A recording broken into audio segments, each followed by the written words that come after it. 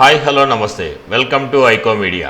మన man of mass NTR హీరోగా ఇప్పుడు భారీ చిత్రం దేవర చేస్తున్న సంగతి మనందరికీ బాగా తెలుసు. ఈ చిత్రం తర్వాత తన బాలీవుడ్ ఎంట్రీ చిత్రం వార్ 2 కూడా రెడీ అవుతుంది. ఈ చిత్రానికి సంబంధించి కొన్ని లేటెస్ట్ అప్డేట్స్ ఇప్పుడు వైరల్ అయ్యాయి. ఈ సినిమాలో హృతిక్ రోషన్తో పాటు తారక్ కూడా ఒక సాలిడ్ రోల్లో కనిపిస్తున్నట్టు తెలుస్తుంది. తన పాత్రకు సంబంధించి ఎగ్జైటింగ్ టాక్ వినపడుతుంది.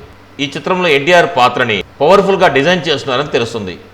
ఇప్పటి వరకు యాష్రాజ్ ఫిల్మ్స్ స్పై యూనివర్స్లో వచ్చిన ఏజెంట్స్ తరహాలోనే ఎన్టీఆర్ కూడా ఓ ఇండియన్ ఏజెంట్గా కనిపిస్తున్నాడని, తన కోసం ఒక సపరేట్ ట్రాక్ని డిజైన్ చేస్తున్నారని తెలుస్తుంది.